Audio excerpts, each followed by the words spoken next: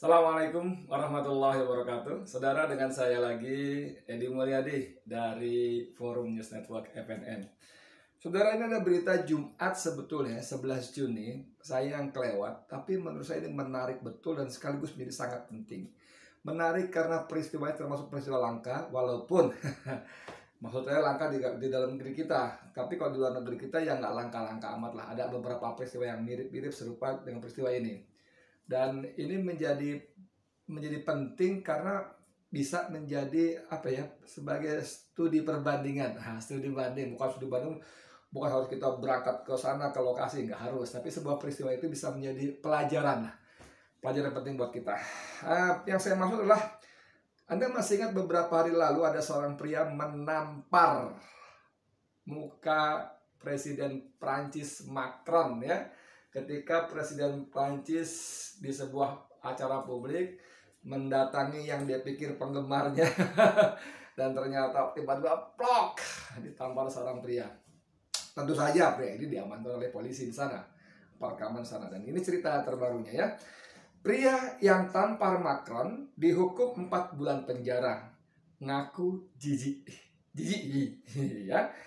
Jadi orang ini bukan ngaku marah, bukan ngaku apa, tapi jijik. Oke, kenapa jijiknya? Kita baca beritanya. Ini judulnya dari suara.com, News Internasional. Pria yang tampar Macron dihukum 4 bulan penjara, ngaku jijik. Ya, tuh. Begini.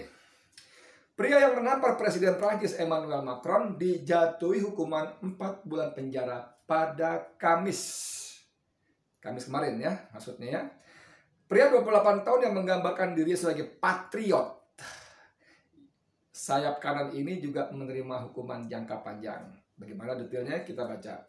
Menyadur NPR Jumat 11 Juni, jadi hukumannya dijatuhkan hari Kamis tanggal 10 ya. Ini berita diturunkan 11-nya. Pria bernama Damien Tarel ini dilarang memegang jabatan publik di Perancis dan memiliki senjata selama 5 tahun ke depan. Karena perbuatan menampar Presiden Perancis, blok dengan tamparan yang lumayan keras, dia dilarang memegang jabatan publik selama 5 tahun ke depan dan juga memiliki senjata api. Di kita memang nggak boleh, kecuali sangat-sangat terbatas dan ketat aturannya ya, senjata api. Dan selama persidangan pada hari Kamis, Tarel bersaksi bahwa serangan itu bersifat impulsif dan tidak direncanakan. Impulsif itu ya seketika, muncul mendadak begitu saja. Nggak direncanakan, nanti ada Macron nih, gue mau ketemu, mau gue tampar. Nggak begitu. Jadi impulsif, seketika saja. Hal itu murni didorong oleh kemarahannya atas penurunan Prancis, penurunan kasih tanda kutip. Hal itu murni didorong atas kemarahannya atas penurunan Prancis. Oke, saya baca lagi. Tarel duduk tegak dan tidak menunjukkan emosi ketika pengadilan di kota tenggara Valence memvonisnya atas tuduhan kekerasan terhadap seseorang yang memiliki otoritas publik. Dia dijatuhi hukuman 4 bulan penjara dan dijatuhi hukuman percobaan 14 bulan tambahan. Tarel mengakui memukul presiden dengan tamparan yang agak keras. Anda bisa bayangkan ada seorang laki-laki menampar presidennya dengan agak keras seperti diakuinya dan divonis 4 bulan penjara. Ditambah hukuman percobaan 14 bulan penjara, ditambah dilarang memegang jabatan publik dan memiliki senjata api selama 5 tahun ke depan. Lu mau ngomong apa sih sebetulnya? Enggak ngomong apa-apa. Cuman tadi di awal kalimat saya pada podcast ini tadi saya katakan bahwa ini bisa menjadi pelajaran buat di negeri kita. Oke, kita lanjut lagi. Ketika saya melihat penampilannya yang ramah dan berbohong, saya merasa jijik dan bereaksi keras, katanya kepada pengadilan. Itu adalah reaksi impulsif, saya sendiri terkejut dengan kekerasan itu, ujar anggota Gerakan Protes Ekonomi Rompi Kuning yang mengguncang kepresidenan Macron pada 2018 dan 2019 ini. Dos. Kalimatnya saya ulang lagi, ketika saya melihat penampilan yang ramah dan berbohong, saya merasa jijik dan bereaksi keras. Tadi saya katakan ini peristiwa bisa menjadi pelajaran. Bukan inspirasi, mohon maaf, bukan inspirasi. Karena ngeri sekali. Anda bisa bayangkan kalau di Indonesia Presiden Jokowi sama-sama presiden sedang acara publik ketemu dengan rakyatnya, sedang apalah gitu ya, mungkin dia mau bagi jaket yang dipakainya gitu, atau dia mau lempar-lempar souvenir dari dalam mobilnya, dari atas mobilnya, itu misalnya gitu ya. Tiba-tiba entah pas pampres lalai atau bagaimana, tiba-tiba ada seorang laki-laki plok nampar Jokowi sebagai presiden. Wish, Anda bisa bayangkan akibatnya. Saya nggak berani bayangin. Ngimpi pun saya nggak berani deh gitu. Ngimpi pun nggak berani. Ngeri banget. Ngeri. Orang, ini menarik ya nih. Sebentar, ya kita ntar loh. Anda bayangkan di Prancis, orang ini di pengadilan mengaku jijik. Kenapa jijik? Karena dia melihat Macron berpenampilan ramah dan berbohong. Orang ini jijik dan muncul reaksi keras. Plok! Pipi Macron kena tampar. Plok! Kenapa dia bereaksi? Karena dia merasa jijik. Kenapa langsung jijik? Karena dia melihat Macron berpenampilan ramah dan berbohong. Gila nggak? Dia nggak sebut Macron ini ingkar janji. Dia nggak sebut. Dia nggak sebut Macron berjanji bahkan begini akan begitu, akan begini, akan begitu. Ternyata bergedes semua. Nggak disebut begitu loh. Nggak. Jangan salah. Dia nggak mengatakan bahwa Macron ini kalau ngomong A prakteknya B. Enggak. Dia cuma melihat Macron berpenampilan ramah dan berbohong. Dan dia menilai bahwa karena Macron menjadi presiden, maka Perancis menjadi turun. Ya, itu antara lain ekonominya. Itulah sebabnya ada gerakan protes rompi kuning pada 2018 dan 2019. Memang ekonomi Perancis merosot.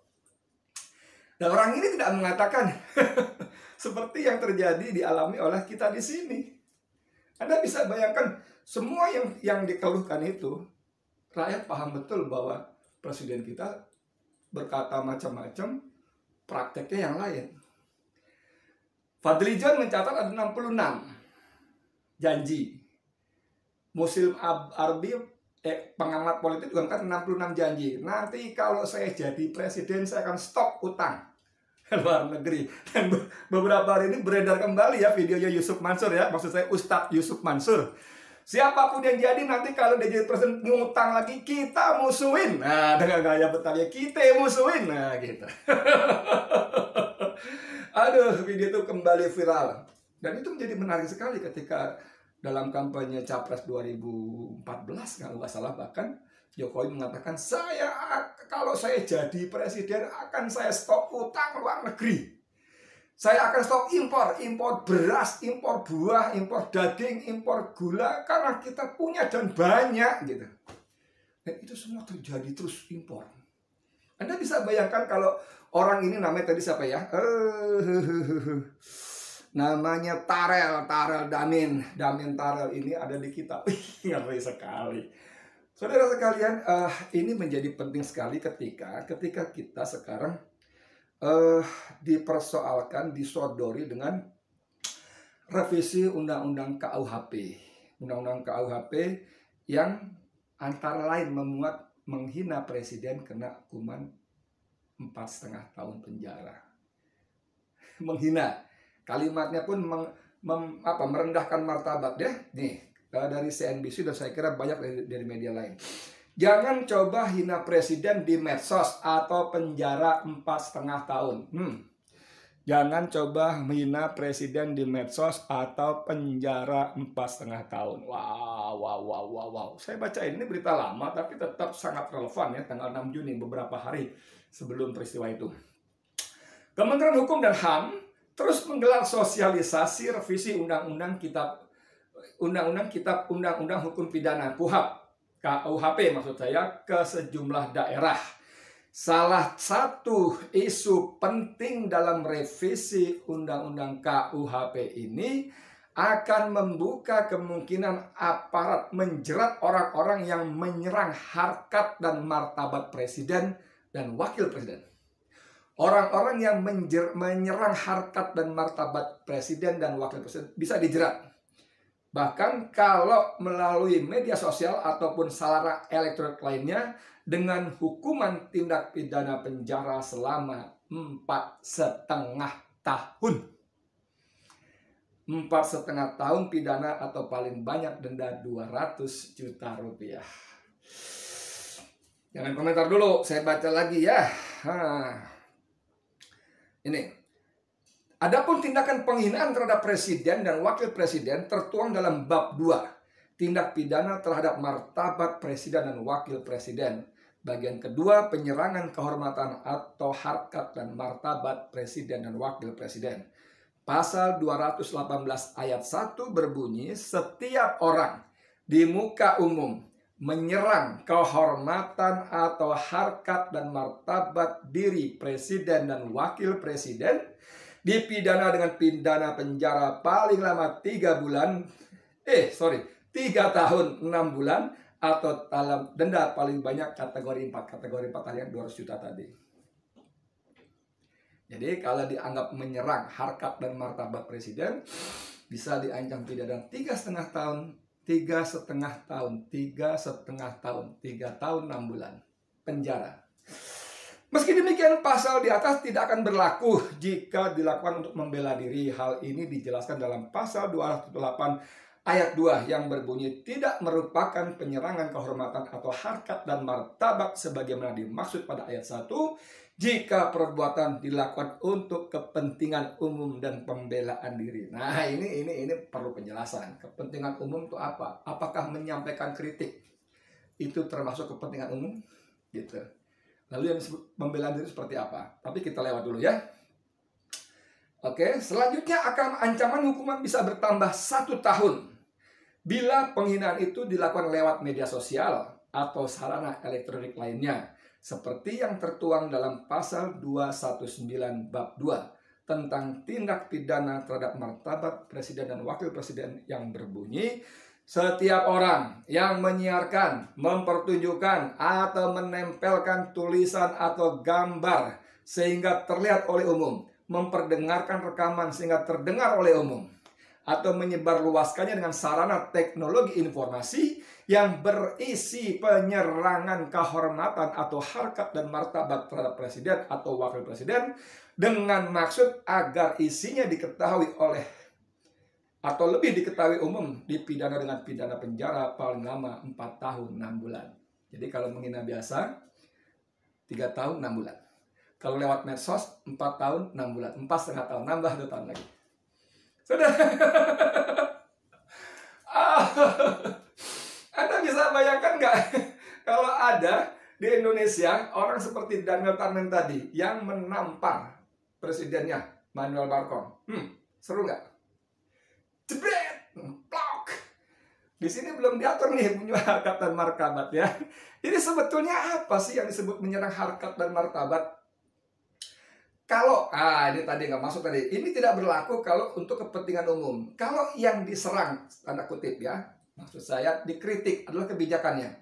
Presiden atau wakil presiden terus-terusan membuat utang luar negeri, memberatkan APBN karena alokasi anggaran APBN bisa 30-40% dihabiskan untuk membayar bunga dan cicilan pokoknya. Apakah itu termasuk menyerang harkat dan martabat presiden dan wakil presiden? Apakah itu termasuk yang kena pasal-pasal seperti ini sehingga dapat hukuman 3,5 atau 4,5 tahun penjara? Gimana? Harkat dan martabat itu apa? Saya nggak tahu, saya terus terang saja, saya belum baca RUU-nya. Mungkin dalam penjelasan umum ada keterangan umumnya ya, bahwa yang dimaksud harkat adalah begini, martabat adalah begini. Mungkin ada. Tapi dalam pemahaman awam saya, kalau yang diserang pribadinya, apalagi fisiknya, nah itu baru menyerang harkat dan martabat. Misalnya saya Edi, Presiden Republik Indonesia, misalnya ya. Lu bikin misal kok begitu? Mumpung misal terserah saya lah ya. Misalnya saya Presiden Republik Indonesia, lalu ada orang laki-laki atau perempuan siapa mengatakan Edi jelek misalnya begitu ya, Edi kunyuk misalnya gitu ya, apalagi yang sifatnya fisik ya, fisik saya itu mungkin menjadi menyerang harkat dan martabat. Tapi kalau saya sebagai presiden, lalu ada orang mengkritik saya dengan mengatakan, Edi, kebijakan kamu menyusahkan rakyat, buktinya kamu begini, begini, begitu. Itu menurut saya tidak menyerang harkat dan martabat. Tidak, karena yang diserang kebijakannya. Sebagai seorang pejabat publik, saya melahirkan keputusan, peraturan, perundangan, apapun namanya, Kepres dan sebagainya, yang berlaku bagi seluruh warga negara Republik Indonesia. Dan itu memberi dampak, saudara, memberi dampak. Kalau saya misalnya mengesahkan penjualan miras, misalnya, di sebuah negara yang muslim, melegalkan, sebenarnya sangat bebas, maka ada ulama, ada kiai, ada ustadz, ada habaib yang mengoreksi saya, mengatakan sebagai Presiden Republik Indonesia, Edi Mulyadi telah melanggar konstitusi, telah melanggar Pancasila sebagai negara yang berketuhanan, yang punya syariat dan sebagainya. Itu menurut saya bukan menyerang harkat dan martabat. Tapi masalahnya kan hal-hal seperti ini tidak seklir bening hitam putih seperti itu. Ini kan pasal-pasal yang bisa sangat mudah diterjemahkan oleh kekuasaan melalui aparat penegak hukumnya. Kan begitu dong. Nah, soal seperti ini misalnya ada ditanggapi oleh LBH, Lembaga Bantuan Hukum, ketuanya Aspinati ya. LBH, pasal penghinaan di RUU KUHP, tunjukkan Presiden DPR anti kritik. Nah, ini kata ketua LBH, perempuan ini ya. Ini dasar juga nih perempuannya. Luar biasa nih ya. LBHI, Yayasan Lembaga Bantuan Hukum Indonesia, pasal penghinaan di RUU KUHP, tunjukkan Presiden DPR anti kritik. Saya baca sebentar aja ya. LBHI mengkritik adanya pasal hukuman bui bagi yang menghina Presiden hingga DPR dalam RUU KUHP. LBHI menilai pasal tersebut terkesan aneh. Ini aneh banget sih, kata Ketua YLBHI Asfinawati kepada wartawan Selasa 8 Juni, beberapa hari lalu ya. Sekarang mulai tanggal berapa? 15 ya. Asfinawati mengatakan pasal ini menunjukkan kalau pemerintah dan DPR anti kritik. Menurutnya hal itu juga tidak sesuai dengan Undang-Undang Dasar 1945. Ini menunjukkan DPR dan pemerintah anti kritik dan tidak sesuai dengan Undang-Undang 45. Undang Dasar 45, DPR adalah lembaga negara, maka artinya suara publik adalah kritik. Lembaga publik kalau nggak boleh kritik, artinya bukan demokrasi lagi. Aduh. Asfinawati juga menilai pasal ini bertentangan dengan hak kebebasan berpendapat setiap orang. Diharap pasal itu dihapus. Sangat bertentangan, kita kan negara pihak konvensi hak sipil politik, terlebih amandemen konstitusi sudah memasukkan HAM. Harus dihapus pasal-pasal penjajah begini. Udah saya bilang tadi bahwa perempuan ini perempuan dahsyat, berani, tajam. Wah, kalau aksi-aksi dia tampil juga bersama buruh, dia tampil di atas mobil komando ikut berorasi, dasar tajam. Dan menurut Asfinawati ini, ketua YLBHI ini, bahwa pasal-pasal ini pasal-pasal penjajah, bertentangan dengan Undang-Undang Dasar 45, berarti bertentangan dengan konstitusi. Saya sempat googling, saya bacakan hak kebebasan berpendapat yang dijamin oleh konstitusi di negara kita. Bukan cuma undang-undang, oleh konstitusi, Undang-Undang Dasar Negara Republik Indonesia. Disebutkan begini, pasal 28E ayat 3 UUD 45 berbunyi setiap orang berhak atas kebebasan berserikat, berkumpul, dan mengeluarkan pendapat. Pasal 28E ayat 3 konstitusi kita menyebutkan setiap orang berhak atas kebebasan berserikat, berkumpul, dan mengeluarkan pendapat. Oke? Jadi kalau ada pasal-pasal dalam KUHP macam tadi, ya udah bertabrakan dengan Undang-Undang Dasar 45 yang seharusnya menurut hierarki hukum kita, Undang-Undang Dasar 45 itu tertinggi setelah Pancasila. Semua peraturan di bawahnya tidak boleh bertentangan dengan undang-undang ini. Undang-Undang Dasar 45 harusnya. Kemudian dalam pasal 28F, ya, pasal 28F Undang-Undang Dasar 45 ada berbunyi setiap orang berhak untuk berkomunikasi dan memperoleh informasi untuk mengembangkan pribadi dan lingkungan sosialnya, serta berhak untuk mencari, memperoleh, memiliki, menyimpan, mengolah, dan menyampaikan informasi dengan menggunakan segala jenis saluran yang tersedia. Jadi setiap orang, konstitusi kita memberikan hak untuk mencari, memperoleh, memiliki, menyimpan, mengolah, dan menyampaikan informasi. Dan menyampaikan informasi.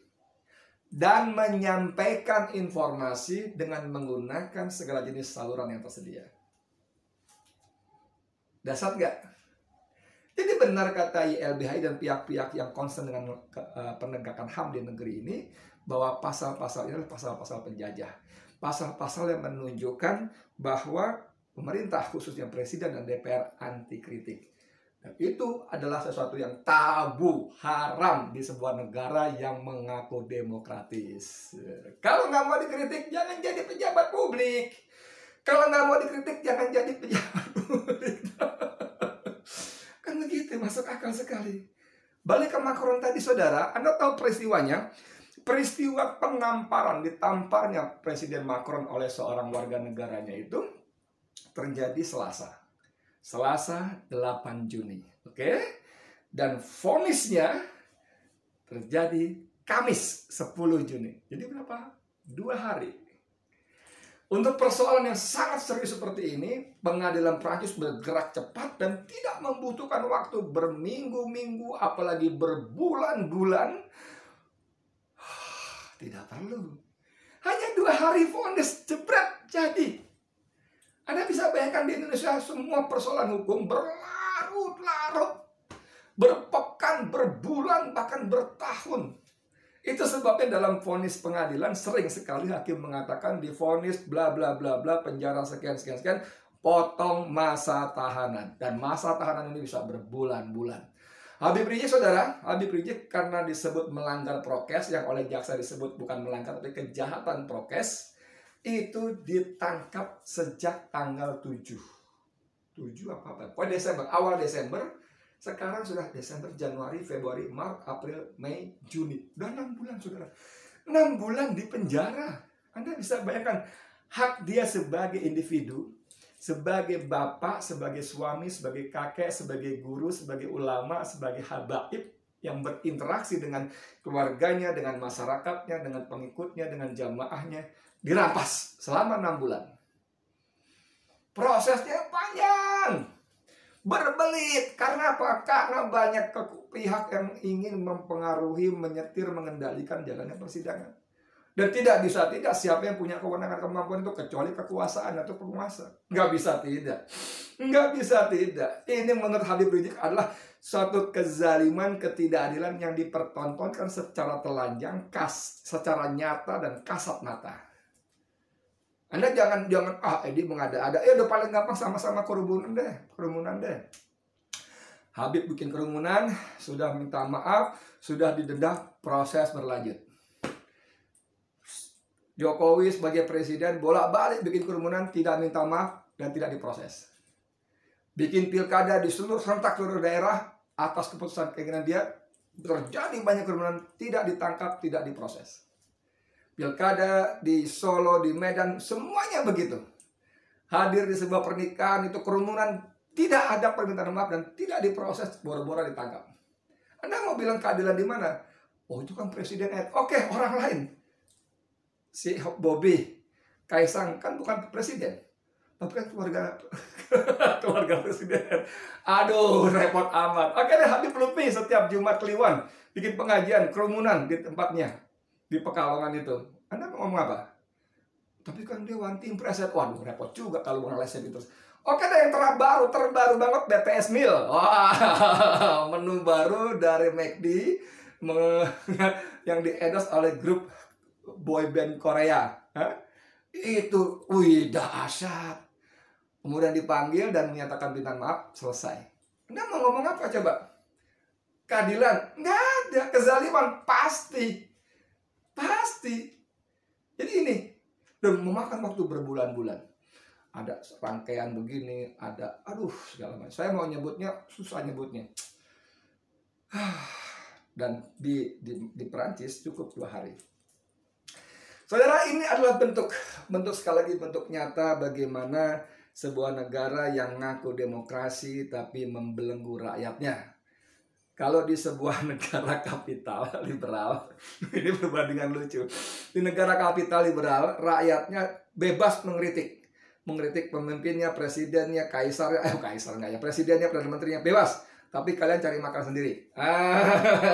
Tanggung jawab sendiri. Mau miskin syukur nasib lo, mau kaya ya udah lo rezeki lo gitu loh. Di negara kapital liberal. Di negara komunis rakyat nggak boleh ngomong, nggak boleh kritik, nggak boleh apa-apa, tapi kehidupan dasar, kebutuhan dasar dipenuhi oleh negara, dijamin oleh negara. Oke, di kebutuhan liberal, di negara liberal, kapitalis, rakyatnya boleh ngomong apa saja, boleh berteriak apa saja, mengkritik apa saja pada presiden, pada menteri, pada semuanya boleh. Tapi cari makan sendiri. Urusan lu, perut lu sendiri. Lu miskin, lu susah, nasib lu DL, derita lu kan gitu kan. Lu kaya, rezeki lu. Tapi kalau di negara komunis, rakyat dikunci, nggak boleh ngomong, nggak boleh kritik, tapi kebutuhan dasar dipenuhi oleh negara. Di Indonesia, di Indonesia rakyatnya nggak boleh kritik, nggak boleh bunyi, nggak boleh apa lagi, dan soal makan nasib lo cari sendiri. Wih, seru nggak? Seru nggak? Ya, inilah nasib kita di Republik Indonesia yang kita cintai, yang oleh para pendiri bangsa disebut sebagai kemerdekaan itu sebagai jembatan emas untuk sebuah negara yang adil, makmur, sejahtera, sentosa. Baru ngomong soal ini aja, nggak boleh dikritik bos. Menyerang kehormatan, harkat dan martabat. Yang mana harkat dan martabat gitu loh. Aduh, sebelumnya kembali lagi tadi soal tadi, ini sebetulnya ada pasal yang bisa menjadi ini, menjadi apa namanya, menjadi excuse ya, ketika misalnya kalau bela diri dan kalau kepentingan umum ini disebut ini ada pasal ini pengecualiannya tidak merupakan penyerangan kehormatan atau harkat dan martabat sebagaimana dimaksud pada ayat 1. Jika perbuatan dilakukan untuk kepentingan umum dan pembelaan diri. Pembelaan diri bisa panjang lebar debat, tapi kepentingan umum tadi. Sebagai pejabat negara, wajar kalau kebijakannya dikritik.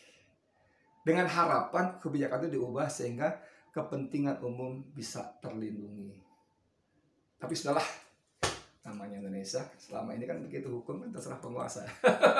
Saya Edi Mulyadi untuk FNN. Assalamualaikum warahmatullahi wabarakatuh.